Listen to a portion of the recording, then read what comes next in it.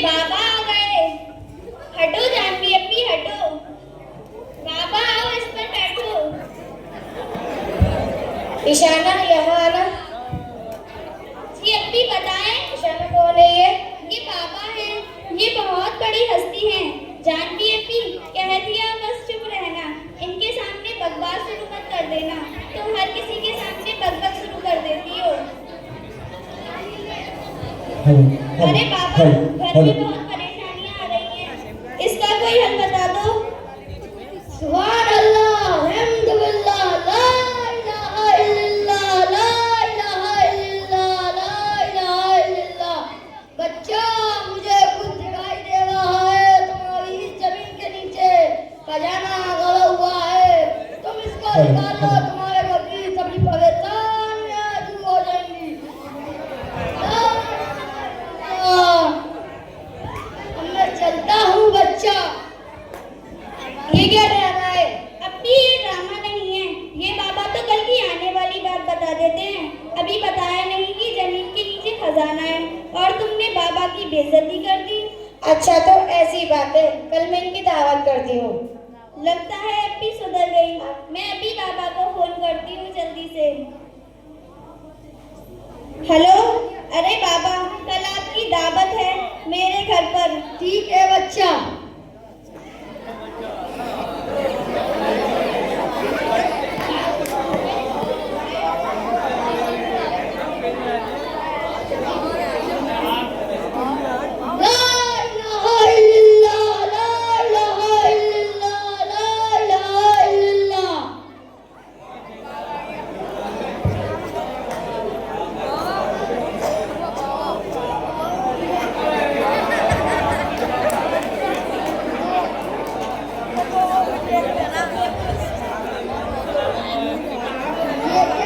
तुमने हमारी बेइज्जती कर दी।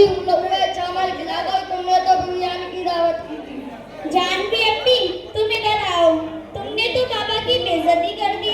तुमने तो कहा था कि बाबा को बिरयानी खिलाएंगे और ये तो उबले हुए चावल हैं।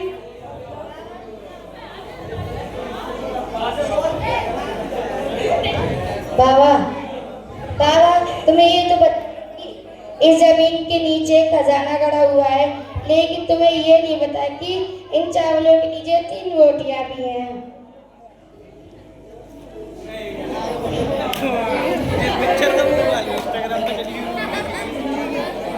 देखो ईशाना, ये देखो।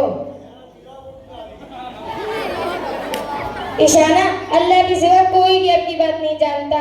अल्लाह ताला कुरान में फरमाता है, ए नबी कह दीजिए अल्लाह के सिवा आसमान और जमीन में कोई भी गैब की बात नहीं जानता। ये हदीस भी है। हजरत आयशा रज़ी अल्लाह अन्हा फरमाती हैं, जो तुम्हें ये 3 बातें बताए वो शख्स झूठा है। उनमें से ये भी है, जो शख्स तुमसे ये कहेगी अल्लाह के रसूल आने वाले कल की बातें जानते थे, यानी गैब की बातें जानते थे, तो वो शख्स भी झूठा है। सॉरी अप्पी मैं गुमराह हो गई थी। हाजिरी है जलसा कि आप भी बाबा को चक्कर पढ़ते हो। हमें कुरान करीम को तर्जुमे से पढ़ना चाहिए ताकि हमें समझ आएगी अल्लाह हमसे क्या कह रहा है।